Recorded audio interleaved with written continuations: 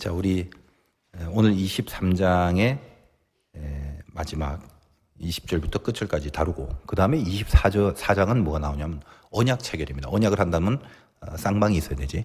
하나님과 인간 사이에 어떤 언약을 놓고 체결하든 할래 말래 이런 거죠.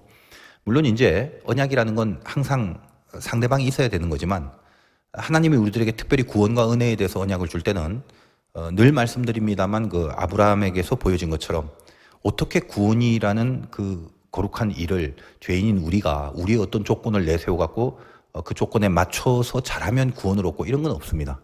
그래서 하나님이 마치 언약의 방법을 사용하시지만 우리를 향한 구원은 하나님이 전적으로 우리들에게 주시는 그런 은혜이어야만 가능하기 때문에, 여러분 알다시피 아브라함과 언약 체결할 때 고기를 쪼개놓고 그 쪼개진 고기 사이로 그 언약을 체결하는 쌍방이 지나가면서 약속을 하는 게 고대 근동의 그 언약 법칙이었습니다. 그래서 그것을 계약하다, 베리스, 히브리 말로 자른다라는 말인데, 그거 어때? 야, 우리 며칠까지 뭐 해야 된다. 오케이 하고 서로 지나가는, 고기를 잘라놓고 피 비린내가 나는 곳을, 그럼 살벌하겠지. 서로 눈빛을 착 보면서 지나가는 거야. 피가 확 피 냄새가 나고. 무슨 말이에요? 어겼다간 피 볼 줄 알아. 이거거든.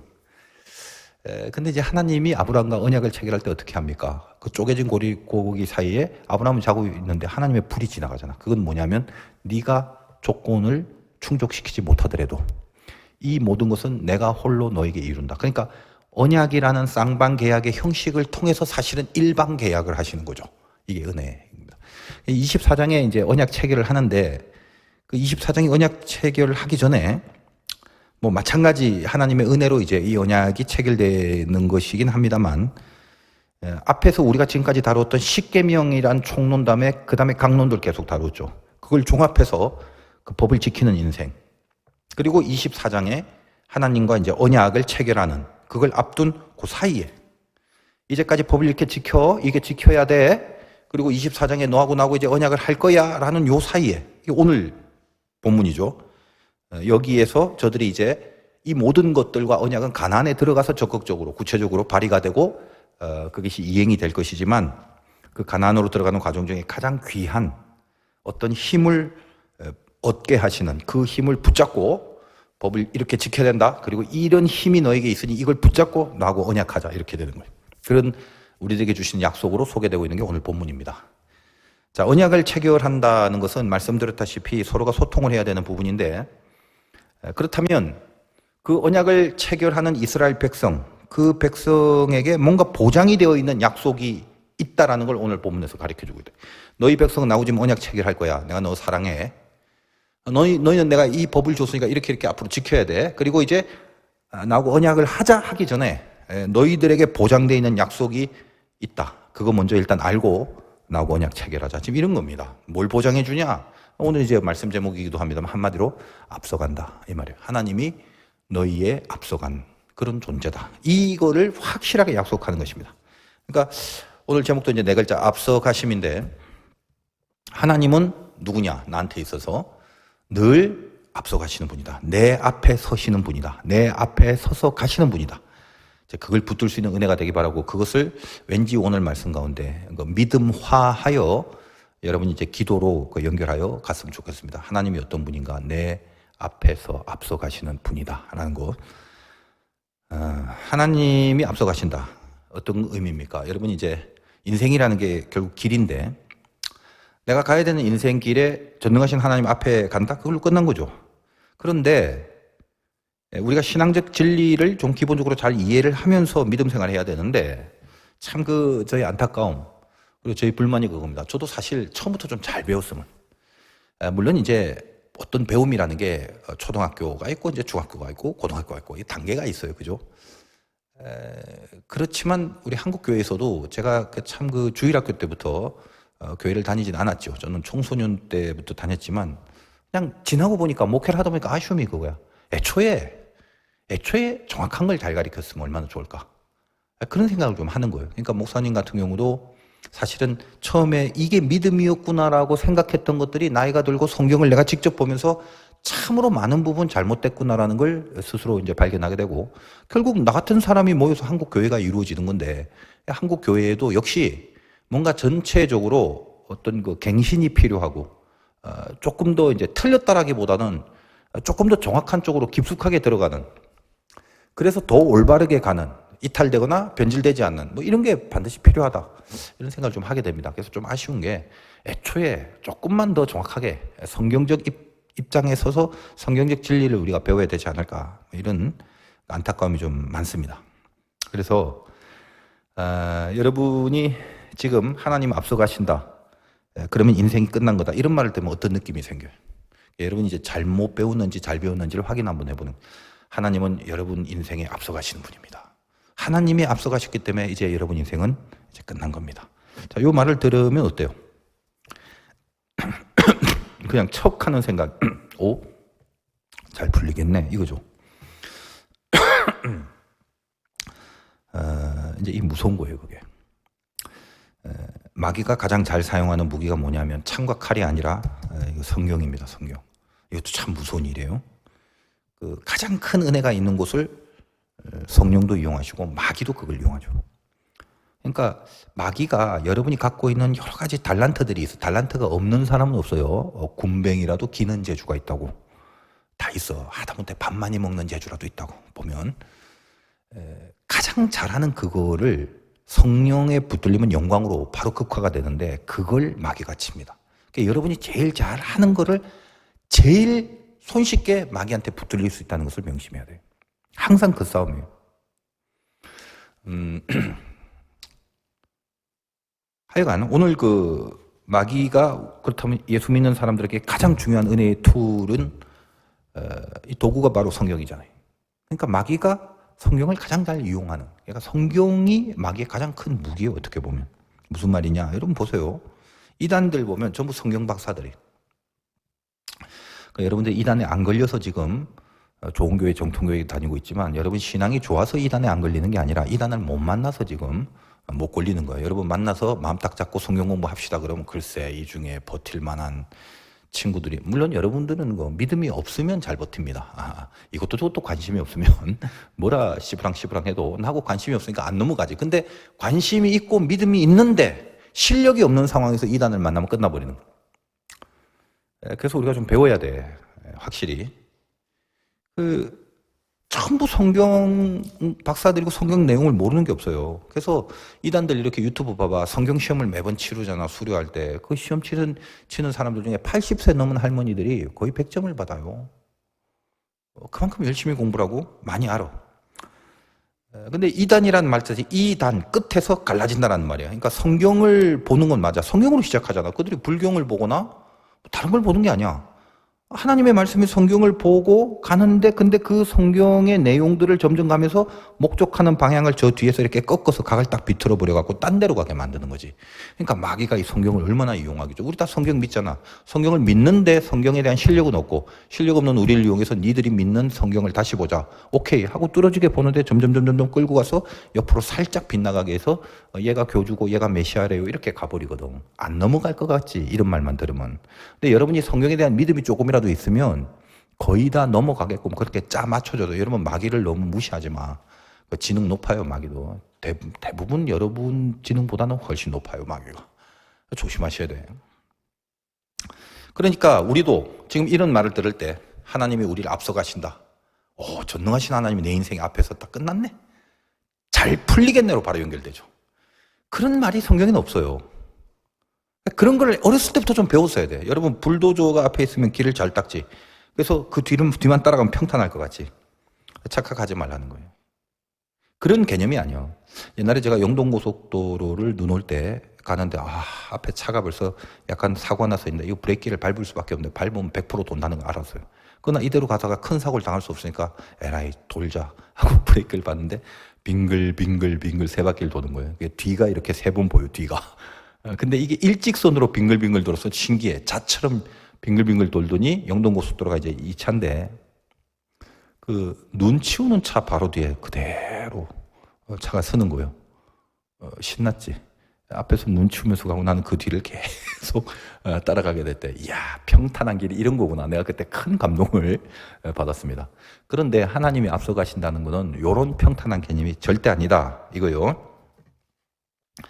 자, 성경 잘 봅시다. 20절 보세요.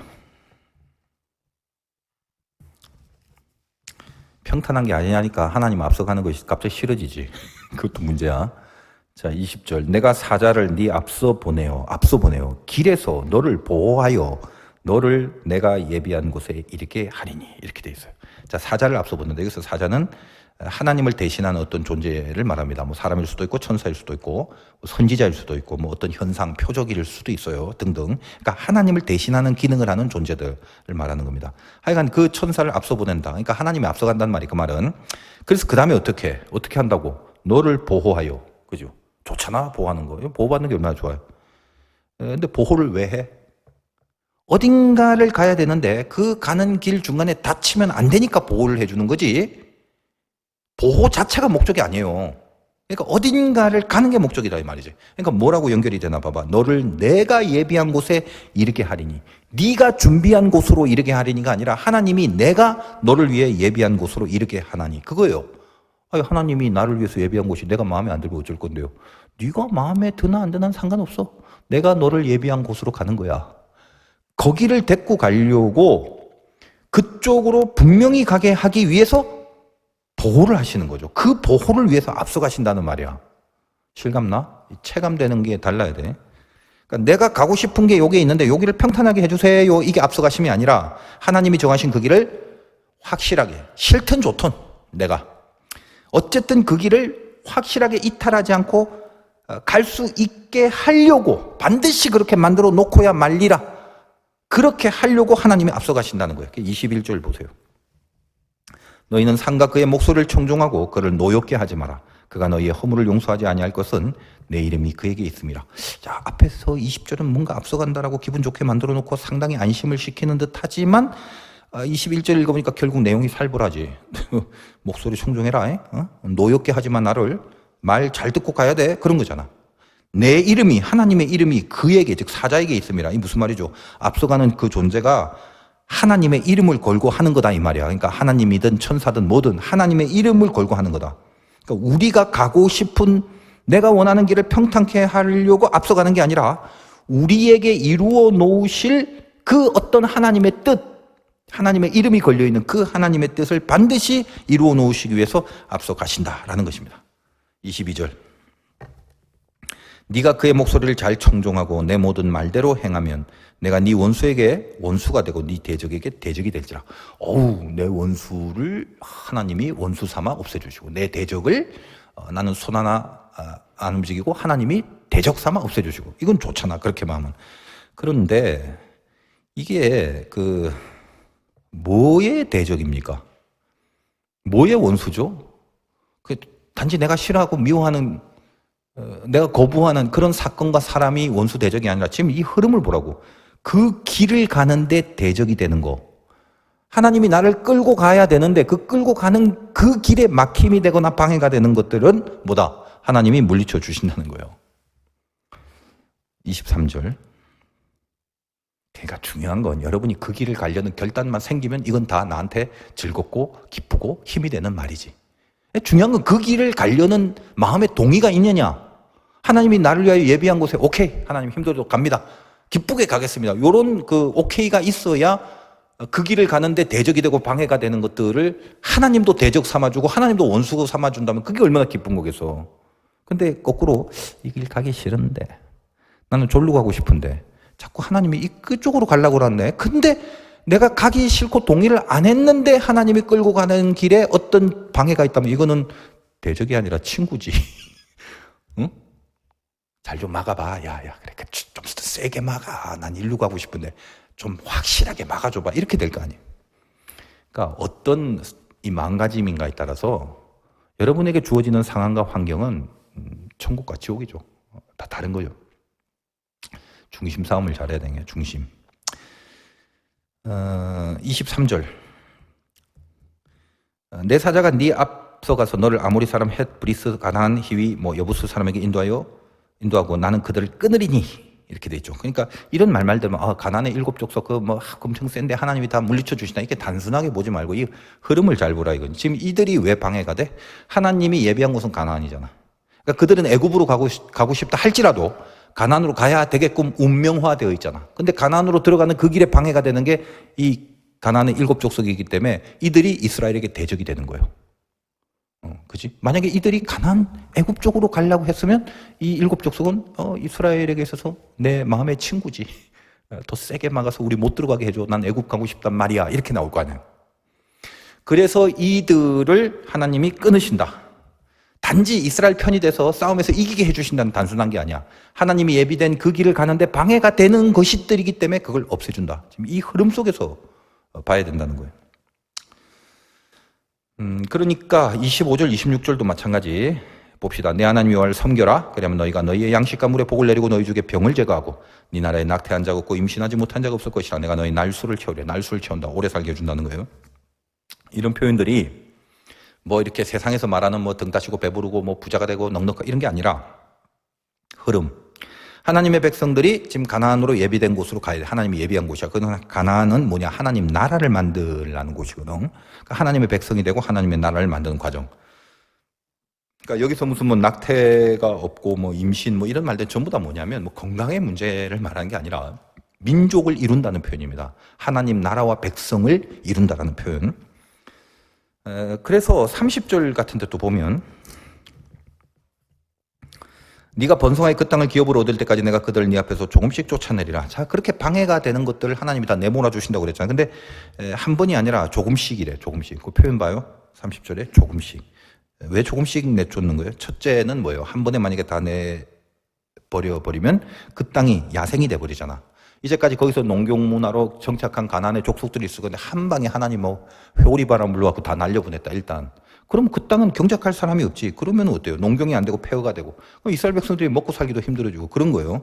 그러니까 한 번에 다 내몰지 않는 하나님의 철저한 계산과 배려. 그 다음에 둘째는 뭐냐? 이 가나안의 족속도 하나님이 만든 인간이다 이 말이에요. 그러니까 모든 인간에게 하나님 나라가 확장된다는 건 그들에게 구원의 영역이 확장된다는 거죠. 그러니까 그들에게 기회를 주는 거예요. 한 번에 다 없애는 게 아니라 하나님의 백성이 그 안에 들어가서 이게 하나님이야, 이게 믿음이야 이렇게 가르치면 그들이 섬겼던 그 이방신들을 다 버리고 다시 하나님께로 돌아올 수 있는 기회가 될 것 아니겠습니까? 그런 시간을 주는 개념이기도 해요. 한 번에 다 안 하는 게, 천천히 하는 게. 그래서 오늘 내용이 가장 중요한 게 뭐냐? 약속의 땅, 가나안이 뭐냐 그거죠. 그 땅은 뭡니까? 왜 하나님이 그 길로 예배해요? 그 땅은 어떤 약속의 땅이야? 거기서 하나님 나라가 건설된 거기가 본토 팔레스타인. 그 아브람 때부터 그렇게 하늘의 별과 바다의 모래처럼 내 자녀가 이제 거기서부터 시작해서 하나님 나라가 되는 그 나라의 어떤 본부 기주로서의 영적 의미, 그게 팔레스타인, 약속된 땅이죠. 그러니까 거기서 사는 자들은 전부 다 하나님의 백성이어야 된다라는 것입니다. 그래서 이제 거기에 가면 어때요? 그래서 이방의 신들과는 거기서 언약하지 마. 오늘 32절. 너는 그들과 그들의 신들 언약하지 마라. 왜냐면 이제 24장에 하나님이 유일하게 그들과 언약 체결할 백성, 하나님과 언약하는 언약 백성인데 그 언약 백성이 가나안 땅에 가서 그 가나안의 신들과 또 언약을 한다? 죽는 거죠 그러면. 우리 24장에서 언약을 할 건데 약속. 그러니까 약속을 하나님과 약속을 했는데 가나안 땅에 가서 또 그 이방신과 또 관계를 맺어? 이걸 이제 쉽게 말하면 그 양다리라고 그러죠. 약속의 반대말은 뭐냐? 양다리입니다. 예전에 제가 이제 어떤 교회 다니는 자매하고 상담을 하다가 이 자매가 고백을 하는데, 목사님, 저는요, 이미 본 영화를 안 본 척하고 또 봐야 하는 게 제일 힘듭니다. 나 이게 처음에 무슨 말인지 몰랐어요. 양다리를 걸치고 있다라는 거예요. 그러니까 한 번 봤는데 또 숨기고 이 친구하고 또 봐야 돼. 못 본 척, 처음 본 척. 이게 굉장히 힘들다는 거야. 나는 모르고 무슨 말인지 한참 모르다가 참 이런 게 양다리의 불편이구나. 이게 그 양다리의 고충이구나 싶은 거예요. 얼마나 불편하겠어. 그래서 아예 싹을 자르는 거예요. 근처에 있으면 영향받는단 말이에요. 그러니까 네 땅에 그 가나안 족속들 오늘 표현해 보면 네가 그 거하는 가나안 땅에 들어가면 그 땅에 거하지 마라. 이 편 되려면 이 편 되고 저 편 되려면 아예 그냥 저 편 되고 그냥 근처에 두지 마. 너희가 그것들 근처에 머물게 하면 이방신을 섬기게 되고 영향받게 돼. 그러면 이스라엘이 벌을 받을 건데, 공의의 잣대에 하나님이 의거해서 벌을 내리시니까. 근데 하나님이 그걸 좋아하겠냐 이거지. 자기 자녀들 벌 받는 걸 좋아할 아버지가 어디 있어. 고로 애초에 원천 봉쇄를 하자는 거예요. 그 땅에 오늘 말씀해 보니까 머물러 있지 말게 해라. 그렇게 33절 마지막에 표현되어 있습니다. 하나님의 앞서가심에 대한 우리가 개념을 좀 잘 알고 이 앞서가심에 대한 어떤 믿음, 확신 이걸 좀 붙잡고 여러분이 기도를 했으면 좋겠어요. 실제로 이제 이 가나안에 들어갈 무렵 창세기, 출애굽기, 레위, 민수기를 지나서 이제 여호수아 쪽으로 가면 여호수아 때 대표로 이제 정탐을 합니다. 여러분 성경에 보면 이제 정탐이란 말이 자주 등장하는데 민수기의 정탐은 12지파를 대표하는 12명이 가서 정탐하는 거. 여호수아에서의 정탐은 2명이 들어가 정탐을 하는 거예요. 성경 좀 알고 있는 사람들은 알 것이고.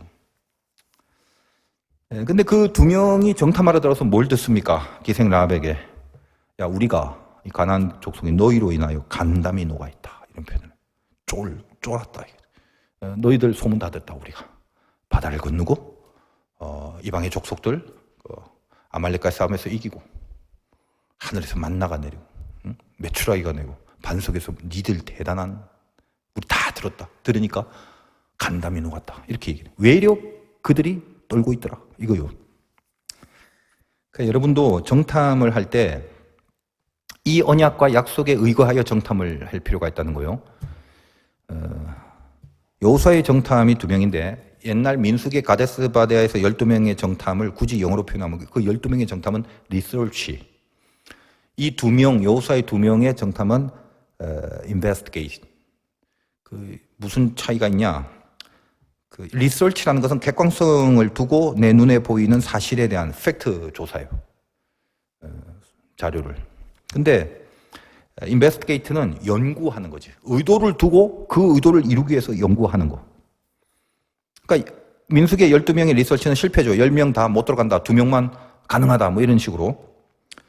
그래서 그 결과 어떻습니까? 그 12명의 정탐의 내용은 결국 뭐죠? 그 주도권은 사탄이 갖고 있죠. 팩트를 보는 거죠. 팩트를. 현실을 보는 거지. 늘 얘기합니다만 예수 믿는 사람들에게 있어서는 팩트가 운명이 될 수가 없어요. 좀 어려운 말이지만 우리는 팩트가 아니라 실체가 운명이 되는데 실체라는 건 뭐냐? 현장에서 내 눈에 보이는 팩트가 실체가 아니야. 하나님이 나를 어떻게 생각하시는가에 대한 믿음이 우리에게는 실체인데 이 실체가 우리의 운명을 끌어가는 거지. 여기에 붙들려야 신비한 삶을 살아갈 수 있어요. 신비한 삶이라는 게 이상한 삶을 살아가는 게 아니라 정말 이 세상을 넘어서는 하나님의 인도하심을 받아 누리는 거다. 근데 세상 사람들이 다 뭘로 판단해? 팩트로 판단하죠. 팩트라도 정확한가? 지 눈에 보이는 게 팩트잖아. 그러니까 지 눈에 보이는 걸로 뭐든지 판단하고 해석하고 이해를 하니까 10개 중에 내 생각에 8개, 9개는 다 틀렸다고 보면 돼. 근데 여러분의 어리석음이 뭐냐? 내가 생각하는 걸 제일 맞다라고 생각하고 내가 품고 있는 감정이 제일 정당하다라고 느끼고 내 의지가 가장 올바르다는 착각 속에 빠져서 헤어나오질 못해요. 옆에서 이렇게 보기만 해도 다 틀린 건데 지만 지가 옳다고 생각하지. 왜 그래? 죄성 때문이야. 2명은 똑같은 팩트를 받지만 팩트를 현실로 받아들이지 않죠. 그 말씀이라는 렌즈를 끼고 팩트를 보니까 팩트의 해석이 되더라는 거예요. 내 현실을 말씀이라는 렌즈로 해석을 했더니 이거는 뭐냐면은 못 들어갈 땅이 아니라 저들은 우리 밥이라. 하나님의 말씀에 의하여 들으면 하나님이 나에게 주실 현장이다라고 보는 거지. 이게 담대함이죠. 아주 예수 믿는 사람이 이렇게 좀 멋있게 좀 살자는 거예요. 멋있게. 무모하게 살라는 말이 아니라 말씀이라는 근거를 통해서 나를 해석하고 내 현장을 이해할 수 있는 정도의 실력은 돼야 되지 않냐 이거예요. 그러니까 어쨌든 12명은 리서치를 한 겁니다. 갖고 나온 결론이 뭐야? 그 리서치라는 게 팩트 체크이기 때문에 그중에 10명은 못 들어간다 그거지. 그것 때문에 어떻습니까? 실패한 거죠. 하나님의 합격 라인에. 그래서 그 이후 가데스 바네아에는 일찍 갑니다. 솔직히 거기 뭐 얼마 안 걸려요. 가데스 바네아 접경. 거기서 너희들 안 되겠다 해서 거기서 근 38년을 뺑뺑이 도는 거예요. 그 다음에 그 가나안으로 못 들어갔기 때문에. 근데 이제 여호수아서로 가면 이걸 통과하고 여호수아에서 2명의 정탐. 이건 아름다운 정탐이에요. 바람직한 정탐이지. 이건 investigate. 뭐예요? 리서치가 아니에요. 이긴다. 이기려고 작전을 세우기 위해서 들어가는 거예요. 근데 이제 이게 좀 개인적인 생각이지만, 그 스파이 영화 같은 거 보고 뭐 이렇게 뭐 특수부대 영화 같은 거 보면 막 하고 막 이상한 본부 군사 기밀 작전 뭐 이런 중요 요지에 가서 막 조사하고 뭐 이러잖아. 근데 이제 이건 이제 좀 그냥 하는 말이야. 이 2명이 어디에 가냐면 기생집에 가요. 근데 술집에 간 거지. 그래서 그냥 뭐 기생하고 얘기를 해. 그냥 뭐 정탐하러 갔는데 기생집밖에 없겠어? 몰라. 하여간 내가 봤을 때는 뭔가 좀 이상해. 좀 쉬려고 갔은 것 같아. 많이 힘들잖아, 그지? 그 광야 생활도 힘들고 그러니까 오랜만에 그 가나안에 들어가서 뭐 먹을 거 뭐 있나 그렇게 한번 놀아보려는 마음이 있지 않았을까? 근데 중요한 건 제가 이제 이렇게 약간 농담식으로 얘기하는 게 뭐냐면 그만큼 이들의 인베스티게이션이라는 말은 무슨 팩트를 있는 대로 체크해서 모으려고 하는 노력이 필요가 없는 정탐이다라는 거예요. 그냥 논다라기보다도 대강 이렇게 무슨 목숨 걸고 스파이 짓을 하는 것이 아니라 이렇게 설렁설렁 발 내키는 대로 그냥 가본 거다 이거지. 근데 기생 라합을 통해서 이스라엘을 향한 가나안 사람의 입장을 알게 되는 거예요. 그들 스스로 그걸 확인하는 굉장히 큰 은혜의 시간이 되잖아요. 여러분 기생이라는 게 군사적인 정보력이 있거나 뭐 그런 군사력인 지혜나 지식이 있는 게 아니잖아. 그러나 기생이 잘하는 게 뭐야? 거기 많은 사람들이 모여서 뭐 먹고 마시고 그럴 거니까 많은 사람을 만나니까 여론을 알잖아. 기생이 말하는 여론 정확하죠. 여러분들 대부분의 여론의 주도권은 누가 갖고 있어? 택시 기사 아저씨들. 잘 알지. 많은 사람을 다양하게 접하다 보니까 한 부분을 보는 게 아니라 전체를 이렇게 편만하게 볼 수 있는 어떤 통로가 되잖아. 그러니까 이 기생 라합이 하는 말이 뭐냐? 야, 자기 개인의 말이 아니야. 여기 많은 사람들이 들락날락거리는데 모아서 딱 봤더니 이스라엘을 향하여 가나안 족속들이 간담이 녹더라는 결론을 내는 거예요.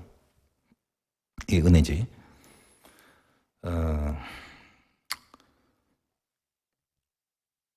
적이 우리를 어떻게 생각하는가? 여기에 대해서 이 두 명은 센세이션한 깨달음이 있었을 것입니다.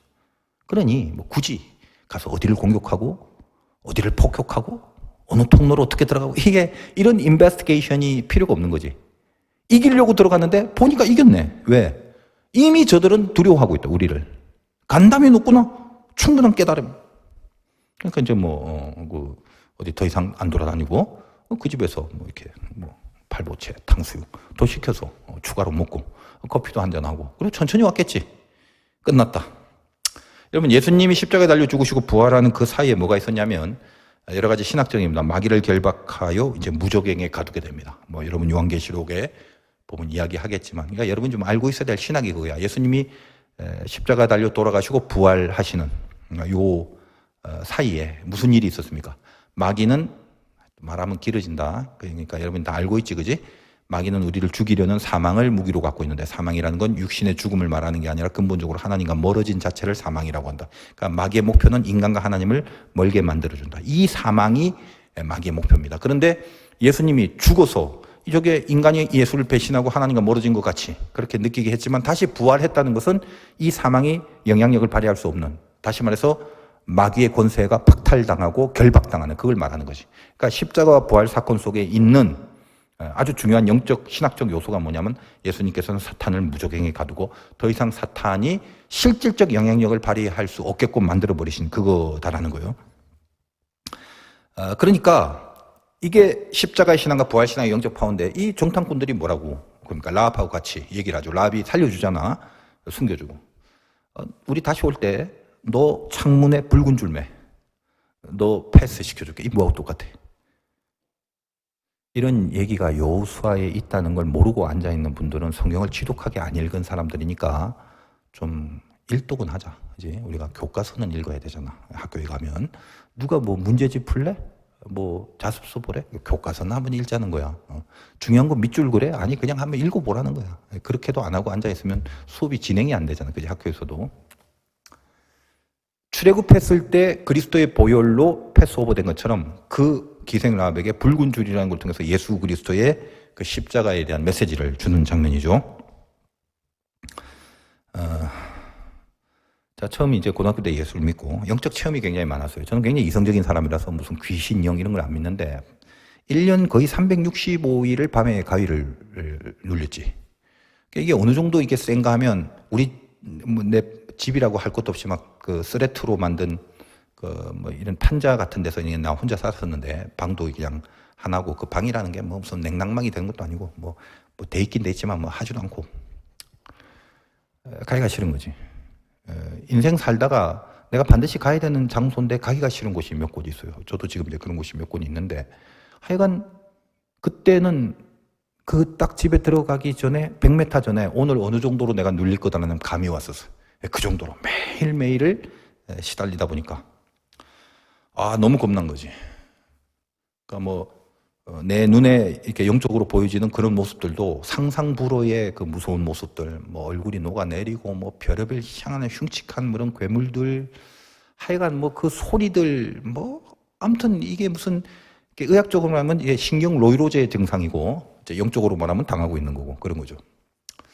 나같이 이성적인 사람이 그런 경험을 한다는 것은 상당히 좀 내 생각에 좀 드문 일이고 뭐 하나님이 저를 목사를 만들려고 그런 체험을 좀 해주신 것 같다는 생각도 나중에 이제 나이가 드니까 좀 드는데 무지 노력 많이 해서 이기려고 뭐 주기도문도 외우고 뭐 성경도 가슴에 피고 자고 머리에 베고 자고 뜯어서 먹을 거라는 생각도 하고 별의별 짓을 했는데 이거를 하면 할수록 더 강력한 것들이 오고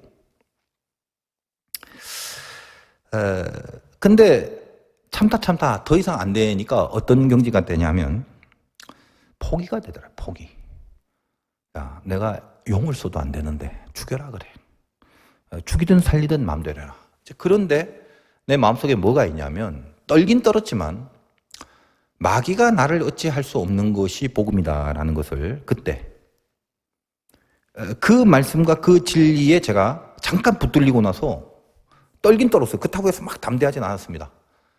죽을 수도 있다라는 생각을 여전히 했어요. 그러나 그 믿음이 내 안에 조금 생기니까 비로소 어떤 포기의 경지까지 가더라는 거예요. 그러니까 포기가 가능한 이유는 발악을 해도 더 이상 이제 힘이 안 나오기 때문에 어쩔 수 없이 포기를 하는 게 아니라 내가 했던 그 포기는 밑바닥에 믿음이 있는 포기다 이 말. 더 이상 나를 그래 힘들긴 하지만 죽일 수 없고 극단적으로는 할 수 없다라는 뭔가를 그런 믿음이 있기 때문에 생겨진 포기라는 거예요. 그렇게 딱 포기가 되니까 그때부터는 더 이상 나한테 힘이 안 되는 거예요. 내 눈에 보여도 좀 오라고 해도 이제는 안 와요. 그 믿음이 생겨서 거기에 대한 두려움에서 내가 넘어서니까 오라고 해도 안 와. 그래서 하도 안 와서 며칠 지나고 나서 내가 한번 부른 적도 그냥 뭐 또 이상하게 생각하지 말고 이렇게 그걸 이제 나중에 보니까 이게 심령술에는 초혼이라고 그러더라고. 뭘 부른다는 거. 이런 얘기를 하면 이제 내가 이상한 사람이 되니까 어릴 때 그런 그 영적 세계 속에서 그때 그런 거였구나. 심심하면 이렇게 막 부르기도 하고 그 정도 경지까지 이제 되니까 전혀 영적인 것 뭐 이런 귀신 이런 거에 대해서는 저는 뭐 그 이후에는 뭐 두려움이라는 게 거의 없습니다. 근데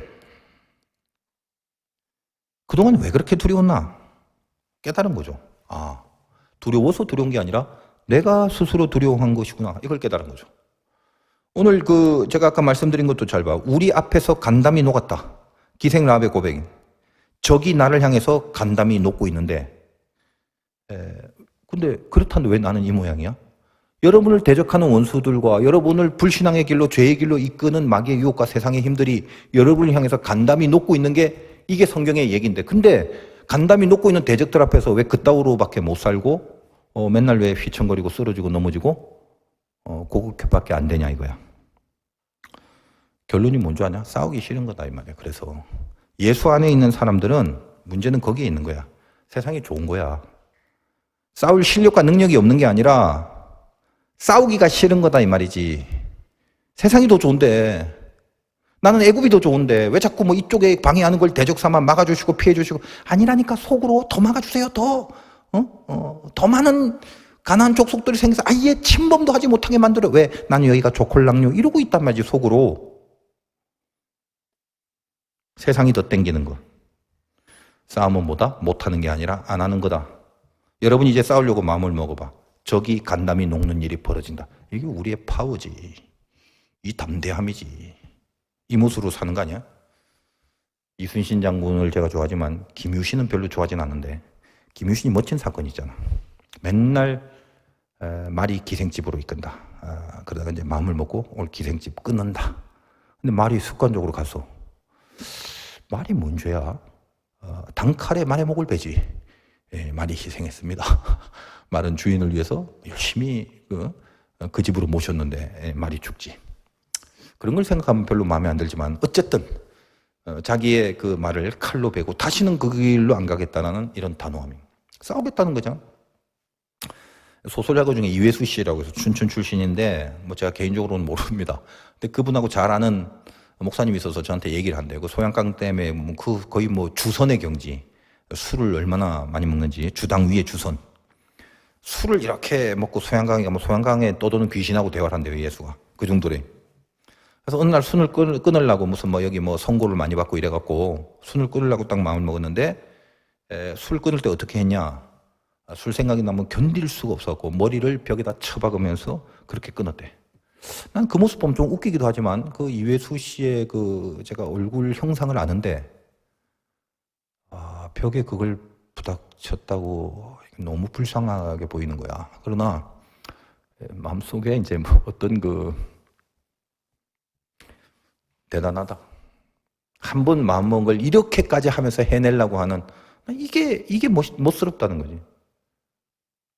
여러분 좀 그렇게 했으면 좋겠는데. 세상에 누가 한 번 딱 생각한 걸로 모든 게 순식간에 그쪽으로 가겠어요. 지리한 과정들 속에서 피땀 흘리는 그 분투의 과정들이 필요한 거겠지. 여러분들에게 그런 싸움들 한두 번에 되진 않지만 계속적으로. 그래서 오늘도 이거 봐. 그냥 한 번에 내쫓는 게 아니라 조금씩 그러나 반드시 하나님이 앞서가시는 것에 대해서 분명한 여러분 믿음을 가지십시오. 내가 좋아하든 싫어하든 하나님이 앞서가신 것에 대한 분명한 믿음을 갖게 되면 그럼 뭐예요? 여러분에게 작정하고 여러분에게 예비한 게 분명히 이루어지는 것입니다. 그러니까 이거는 싫은데 딴 길 없을까라고 꽁수를 피지 말라는 거야. 앞서가심에 대한 믿음이 여러분에게 확보가 되면 이거 말고 내가 갈 더 좋은 길이라고 힐끗 누나를 이리저리 굴리지 말란 말이야. 그게 아무 인생에 필요가 없어요. 하나님이 앞서가시기 때문에 끝난 거야, 그냥 걸로. 잘 풀리냐 못 풀리냐의 문제가 아니라 하나님이 준비하고 예비한 길로 가게 돼 있어. 그러니까 버팅기지 말라고. 버팅기지 마. 여러분 강아지 산책시킬 때 참 아름답고 귀엽게 보이는 강아지는 이렇게 줄을 이렇게 살짝 잡고 주인이 가는 대로 따라오는 거. 제일 개 같아 보이는 불쌍한 게 뭐요? 땡기는데 절로 가려고 막 질질 끌려나 이런 거. 이게 처참하지. 그러니까 여러분 인생이 하나님 앞에 그러면 되겠어. 하나님 우리 아버지인데. 앞서 가신다는 거야. 줄 끌고 가신다고 준비된 거야. 그러면 버팅기지 마요. 버팅긴다고 되질 않아. 그러니까 멋있게 속은 약간 불쾌해도 조용하게 그 길을 걸어가는 것입니다. 이 길이 맞기 때문이죠. 그래서 가다 보면 가면서 고쳐지는 거예요. 다듬어지고 바꿔지고 고쳐지고 이런 식으로 조금씩 내 안에 것들을 내몰아가면서 그렇게 이제 가는 거죠.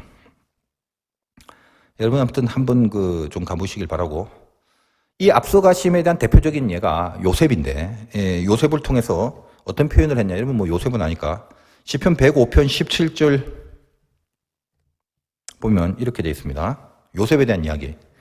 그가 한 사람을 앞서 보내셨으며 그는 하나님입니다. 하나님이 한 사람을 앞서 보내셨으며 요셉이 종으로 팔렸도다. 요거. 그러니까 이게 무슨 관점이에요? 요셉이 알죠? 종으로 팔린 거. 이것까지 내가 지금 여기서 설명하려면 그지? 깝깝해지니까. 요셉이 종으로 팔려간 사실이 뭐다? 하나님이 한 사람을 앞서 보낸 사건이라는 거예요. 그냥 요셉이 재수 없어갖고 고난 속에 빠졌다가 아니라. 자, 그 다음에 그의 발은 차고를 차고 그의 몸은 쇠사슬에 매였어요. 이건 이제 요셉이 내가 금방 요셉이랬지. 욥이라고 안 했죠. 한좀 이제 요셉 얘기. 요셉이 이제 끌려가서 그 누명을 쓰고 억울하게 옥살이를 하는 장면이. 그러니까 발이 차고를 차고, 차고라는 것은 쇠로 만든 그 쇠고랑 그 노예들 보면 발목에 차고 막 피 질질 나는 거 그거 그 차고에 차고 몸은 쇠사슬에 매였다. 진짜 쇠사슬에 매인 거이기도 하겠지만 여기 몸이라는 게 난해주의 몸 혼이다. 그러니까 혼이 나가버린 거야. 쇠줄에 묶여갖고. 왜 그래? 그 다음에 19절 곧 여호와의 말씀이 응할 때까지라 그의 말씀이 그를 단련하였도다. 이렇게 돼 있죠. 그러니까 왜 그랬냐면 하나님이 요셉을 통해서 말씀을 이루게 하려고 그렇게 했다는 거지. 물론 우리가 역사적으로 보면 어떻습니까? 나라를 구하지 않습니까? 나중에 흉년이 들 때 요셉이 결국 이 것들을 다 극복해내고 애굽의 수상이 되고 이스라엘의 흉년을 통해서 이제 아버지와 형들을 다 이제 회복이 되지만 이제 그것보다도 더 이 민족적 흉년을 다 구하게 되는, 그게 하나님이 예비한 뜻이었는데 그걸 이루려고 요셉을 앞서 보냈다는 거예요. 그러니까 요셉이 앞서갔다는 건 하나님의 뜻이 앞서갔다는 거고, 그 요셉의 인생 속에 하나님이 미리 계획하고 예비한 그 하나님의 뜻이 이미 그렇게 되기로 하고 길이 열려져 있는 그 길을 갔다는 것입니다. 그걸 이제 아까 시편의 표현은 말씀이 응할 때까지, 이게 오늘식으로 표현하면 하나님이 예비된 그곳, 그렇게 되는 거예요. 말씀이 그를 단련시킨다. 여러분이 어떤 한 번 가본 길이 있다면 이런 시도 있는 것 같은데 모르겠는데, 어쨌든 눈 덮인 곳에 누가 처음 발자국을 딱 내잖아. 그러면 그 발자국은 뒤에 오는 사람의 이정표가 된다. 이런 식의 그것도 글도 있는 것 같은데 별것도 아닌 것 같은데도 하여간 맞는 말이죠. 여러분 인생 가운데 쓰임받는 사람들이 있어요. 쓰임받는 사람들은 인생 절대로 평탄케 안 하십니다. 그거 명심하십시오. 여러분이 혹시 지금 젊은 나이에 난 왜 이렇게 비교적 고난이 많나, 이런 사람들 너무 슬퍼하지 말고, 내 아픔은 이해가 되는데 그 사람 나중에 보라고. 내 말을 믿어요. 누구보다도 더 넓고 깊고 귀하게 쓰임받을 기회를 하나님이 주십니다. 그런 사람들. 내가 먼저 걸어간 걸음이 있기 때문에 그 걸음을 따라오게 만드는 거야. 그래서 사도 바울 같은 사람이 어때요? 위아래를 다 경험한 사람이지. 왜 사도 바울이 신약 성경에 반이 넘는 서신서를 자기가 쓸 수 있었나? 굉장한 자리잖아. 이런 위치가 어디 있어? 사도 바울이 없으면 기독교는 아마, 물론 하나님이 또 다른 섭리가 있었겠지만 결국 기독교는 사도 바울에 의해서 하나의 문서화되고 이론화된 거거든.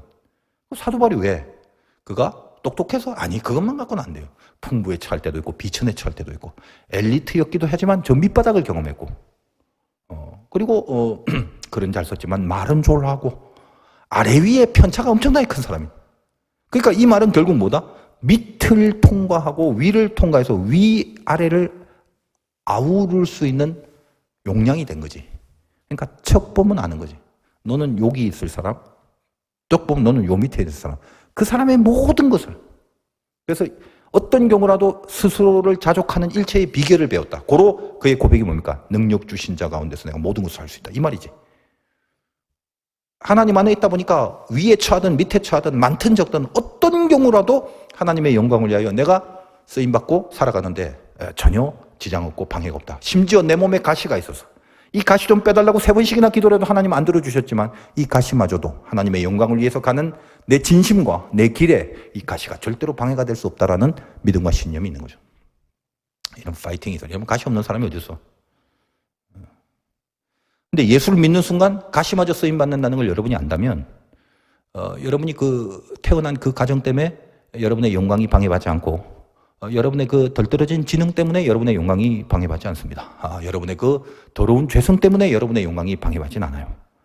고쳐야 되고 다듬어야 되고 또 잘라내야 될 과정은 필요합니다만 그 어떤 거라도 여러분 안에 이것만 뺐으면 좋겠다, 이것만 없었으면 좋겠다는 가시가 여러분의 인생을 절대로 방해하지 않습니다. 이 믿음이 우리에게 분명해야 돼요. 단 뭐요? 영광을 위해서 집중할 수 있는, 정말 영광에 대한 진심이 있기만 한다면, 예수를 믿기만 한다면 말입니다. 그래, 오늘 요셉의 이야기도 그거죠. 앞서 보냈다고 해서 요셉이 평탄하고 잘나고 신나고 없습니다. 줄곧 그냥 감옥 생활하고 억울하게만 당했어. 그게 다야, 다. 그리고 마지막에 달랑 수상돼서 나라 구하는 일밖에 없는 거지. 뭘 떵떵거리고 살았겠어, 요셉이.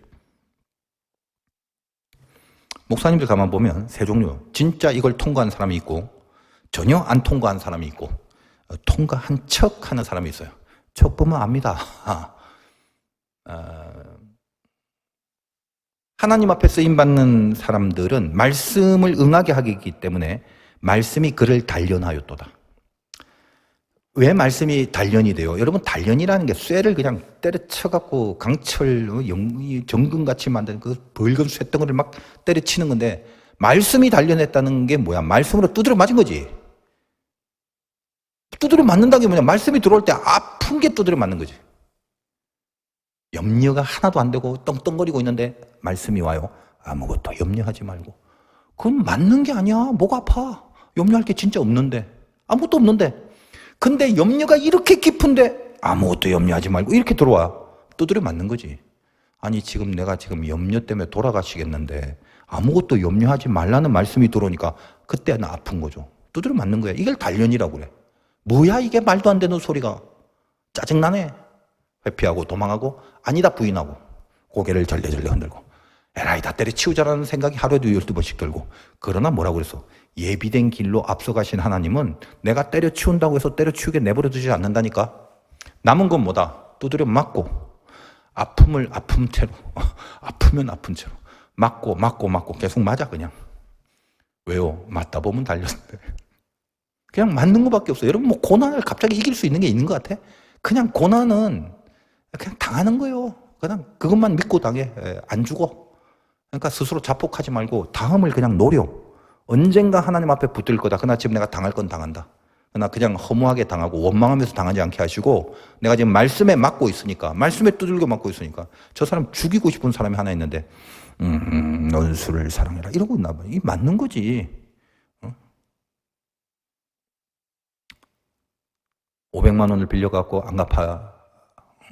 돈이 많은데도 안 갚아고요. 난 지금 50만 원이 없어갖고 쩔쩔매고 있는데, 근데 또 와서 야 1000만 원만 더 빌려줘. 어떡해. 이런 파렴치한 하려고 하는데 뭐 속옷 달라면 겉옷 주고 이런 말씀이 들어오면 또 맞는 거지. 또 두드려 맞는 거지. 아프지. 근데 뭐야, 말씀이 나를 단련토. 그렇게 자꾸 맞고 막하다 보면 내 안에서 앞서 보내신 하나님의 길이 싫어졌던 많은 것들이 자꾸만 잘려나오고 이상하게 이 길을 가야 되겠구나. 이게 단련이에요. 내가 마음 먹고 그래 오늘 결정해서 난 세상이 아니라 애굽길이 아니라 가나안이야 그렇게 하고 되는 게 아니라니까. 두드려 맞아야 돼. 두드려. 말씀으로 계속. 아파 또 아파 또 아파. 어째 못 견디겠어. 다 때려치울래. 안 된다니까 그게. 여러분 제가 늘 얘기하죠. 여러분이 예수 믿는 게 어려운 것 같아. 예수 안 믿는 게 어려운 것 같아. 내가 한번 시험을 해보라고 그랬잖아. 아직도 시험하면 안 되지 그지? 나 책임 못 져요. 여러분 작정하고 예배 다 빠져봐. 지금부터. 내가 좀 쉬고 갈 테니까 한두 알. 아이고 목사님 안 오는데 다 쉬자. 한 달 한번 쉬어봐봐. 여러분 다리 몽둥이가 성한지 한번 확인해 보라고. 안 믿는 게 더 어려운 운명. 이게 복이지. 오늘 말 길어져서 큰일인데. 그러니까 여러분이 지금 남들보다 좀 고난이 심하다는 걸 너무 비관적으로 생각하거나 재수가 없다. 내 팔자가 왜 이래. 이거 이따우 세상적인 걸로 평가하지 마요. 물론 여러분이 지금 고난받는 것, 뭐 가정적, 경제적, 물질적, 건강, 육신적 뭐 다 좋아. 뭐 학교, 직장직. 팩트일 수는 있어도 실체는 아니다. 팩트일 수는 있어도 운명을 좌지우지는 하진 않는다. 여러분을 움직이는 것은 하나님이다. 그분이 내 앞에 나가셨다. 이거죠. 그래서 나는 그 길을 가는 동안 말씀이 응할 때까지, 그 앞서 보내신 말씀이 응할 때까지 나는 말씀의 단련을 지금 받고 지키는 의미에서 아프고 고난이 있고 시련이 있다 할지라도 이것은 충분히 그리고 반드시 가야 될 나의 영적 광야일 수밖에 없다. 이 길의 끝에서 나는 주를 보리라. 이거지. 이게 신자의 삶이지. 뒷불 아무것도 없으면서도 이 믿음 하나로 담대함과 이 믿음 하나로 영광의 긍지를 갖고 살아가는 자. 그러니까 낮게, 아무것도 없기 때문에, 뒷불 없기 때문에 낮고 겸손하게, 그러나 믿음이 있기 때문에 끝까지 포기하지 않고, 이거지. 이게 오늘 이제 본문에 사자를 앞서 보내서 보호하신다는 겁니다. 왜? 예비한 곳으로 가게 하기 위해서. 여러분 말씀을 계속 맞아야 돼요. 말씀은 받아 먹는 게 아니라 맞는 거야. 때려 맞는 거야. 훨씬 더 아파하는 게 맞습니다. 피하지 말고 견디고 도망하거나 저버리지 말고. 제일 나쁜 게 스스로 자폭하는 거. 이거 아프더라도 계속 맞는 게 단련입니다. 남자도 알겠지만 무협에 보면 철사장이라고 있어요. 철사장. 손을 쇠처럼 만든다. 그래서 뭐 중국 묘법을 뭘 막 불 속에 막 집어넣고 그러는데 그 철사장 처음부터 그래서 죽습니다. 철사장은 어떻게 합니까? 처음 3년 동안은 콩에다가 집어넣어. 콩. 나도 알 수 있어. 콩은 3년은 콩에만 계속 손을 집어넣는 거야. 3년 끝나고 콩이 쌀로 바뀝니다. 밀도가 좀 높지. 3년 동안 또 쌀. 그러고 나서 어떻게 모래에 합니다. 모래에는 더 밀도가 세지. 그 다음에 철가루에다 집어넣는 거야. 이걸 철사장이라고 그러는 거야.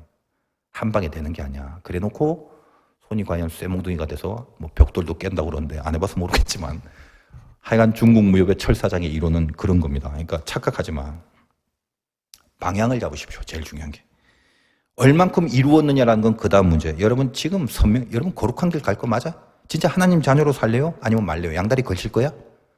선명하게 하세요. 눈치 봐가면서 상황 봐가면서 요때는 요걸로 저때는 요걸로 이따구로 살지 말고 내가 정말 하나님의 자녀로 살지 영원히 끝까지 예배자로 살 건지 거룩한 길 갈 건지 아니면 세상 쪽으로 갈 건지 이걸 여러분 속에서 실력은 안 되더라도 결정은 하고 있어야 될 거 아니에요. 이미 여러분들에게 응한 말씀이기 때문에 사실 여러분이 지금 나 싫어 아무리 생각해도 거룩한 게 싫어도 여러분이 이미 하나님이 앞서간 인생이라면 여러분이 싫은 거하고는 아무 상관없습니다. 고로 제가 오늘 드리고 있는 말씀 그냥 흔들리지 말고 이미 하나님 앞서 가셨어. 그러니까 이런 근본적인 문제로 자꾸 흔들리지 말고 뻔히 정해진 운명의 목표를 갖고 여러분들 지금 어떤 내 삶의 방향을 움직여 나갈 것인지 그거 명심하시고 오늘 앞서 나가신 하나님에 대한 이 믿음이 여러분들 복되게 하시고 담대하게 하시고 또 힘을 내게 하시고 용기를 주게 하시고 실망과 좌절과 두려움과 부담이 아니라 오히려 소망을 갖게 하는 그런 진리로 여러분의 기도의 제목이 되어 주시길 주님의 이름으로 축원드립니다.